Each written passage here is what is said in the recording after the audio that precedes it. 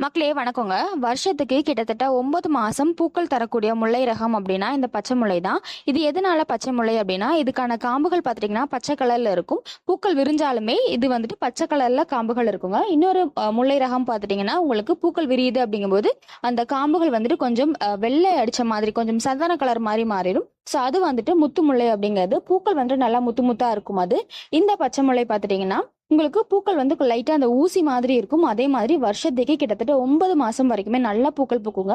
இந்த பனிக்காலத்துல மட்டும் வந்துட்டு பூக்கள் கொஞ்சம் குறைவா இருக்கும். அந்த டைம்ல நம்ம நல்லா கட் பண்ணி விட்டுட்டு உரங்கள் கொடுத்து ரெடி பண்ணோம் அப்படின்னா நமக்கு வெயில் ஆரம்பிக்குது அப்படிங்கும்போது, அதாவது ஜனவரியில இருந்து அடுத்த உங்களுக்கு செப்டம்பர் அக்டோபர் வரைக்குமே நிறைய பூக்கள் பூத்துக்கிட்டே இருக்கும். இதை வளர்க்குறதும் ரொம்பவே ஈஸிங்க. ஒரு 12க்கு 12 பேக்ல வச்சுட்டோம் அப்படின்னாலே போதும், சூப்பரா வளரும். இது வந்து கணுக்கு கணு உங்களுக்கு வந்து பூக்களோட வளரக்கூடிய ஒரு முல்லை ரகம். கிடைச்சது அப்படின்னா கண்டிப்பா வாங்கி வளர்த்து பாருங்க. ரொம்ப சூப்பராகவே வளர்க்கலாம். Happy gardening.